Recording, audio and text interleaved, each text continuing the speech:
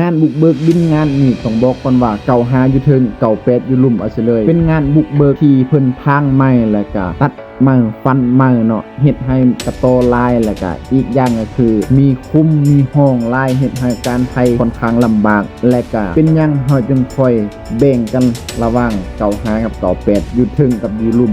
เบิ่งคลิปนี้จบมีคำตอบ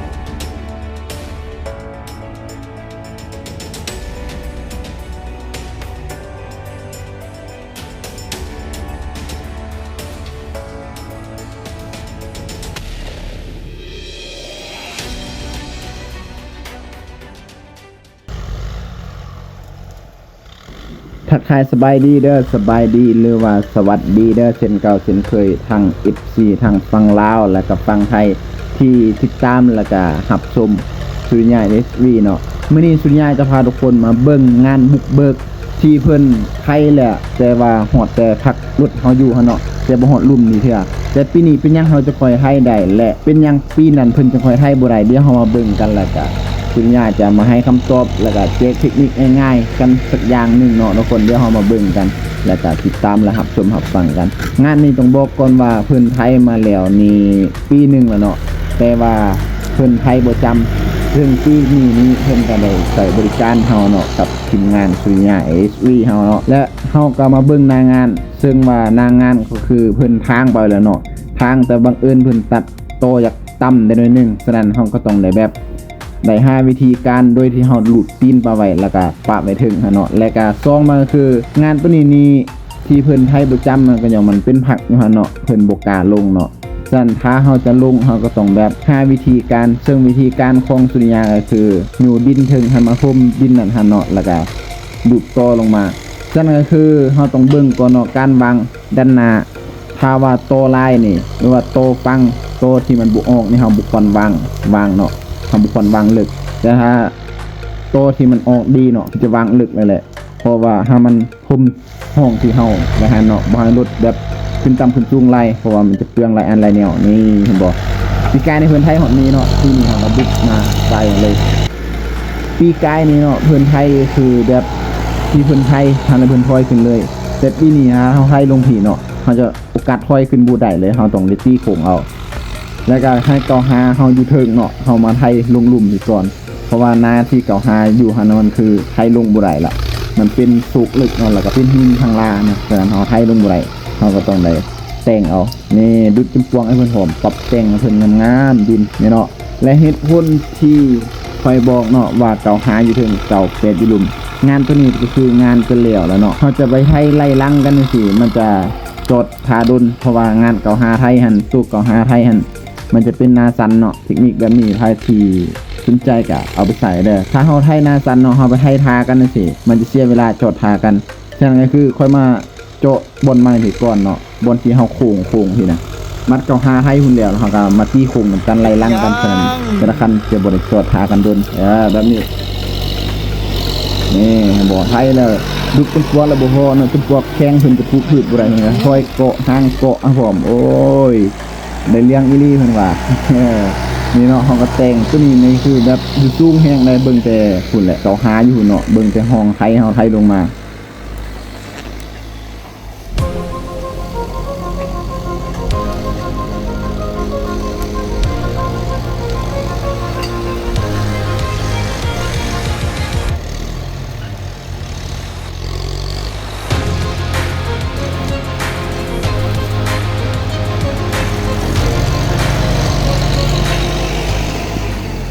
เก่าหาค่อยก็คิดว่าเพิ่นสิถอยขึ้นพุ่นเลยล่ะบ่อ่านเลยแหละว่าเพิ่นสิต่อยตรงนี้เนาะเพิ่นก็งับตรงนี้เลยแล้ว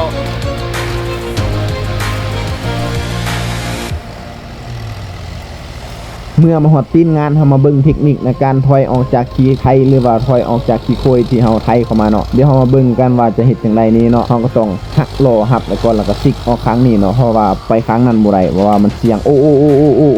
มาฮอดนี้มันก็เงี่ยงลายเนาะเงี่ยงลายก็ต้องไปนาก่อนแล้วก็ค่อยตั้งซากใหม่ถ้าว่าเฮาบ่ตั้งซากรถดีๆนี่คือโอกาสรถพลิกความมันมีสูงเนาะเฮาจะถอยออกมาเลยนี่ก็คือบ่ได้เนาะมันจะเห็นทางตีนทางขวาสูงกว่าตีนทางซ้ายและโอกาสหลุด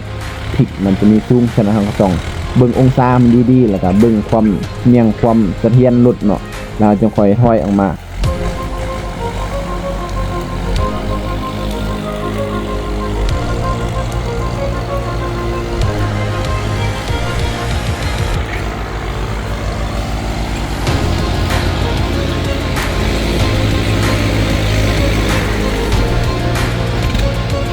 ถึงยังได้ก็ตามเนาะทุกคนห้อยไทยเนี่ยเราต้องคงมาตรฐานของเราไว้ก็คือบ่ให้มันเป็นห้องเนาะไทยแบบเจ็บแบบละเอียดนะเพิ่นบ่ห้ามผมได้นี่เห็นบ่เราต้องโจะทางปีกายนี่เพิ่นจะโจะทางเนาะเพิ่นจะไทยบ่ได้ฉะนั้นปีนี้เราก็คือตัดทางลงพุ่นแล้วก็โจะทางเลาะห้อยลงมาแล้วเราก็ลัดขึ้นไปนี่เห็นบ่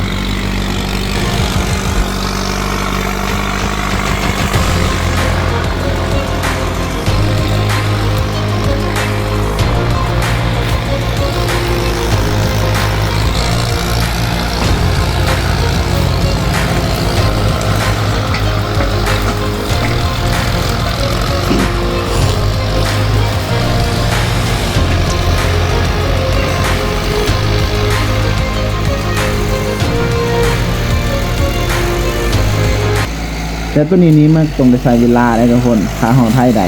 ถ้าจะเอาราคามาทันเขาก็ได้ถ้าว่าไทยไปหอทันแล้วหอถอยขึ้นมันจะบ่ได้เสียเวลาปีโขงเนาะตัวนี้มันเทคนิคการไทยบางทีมันเป็นห้องลายเนาะถ้าเฮาแบบเฮ็ดให้รถตุ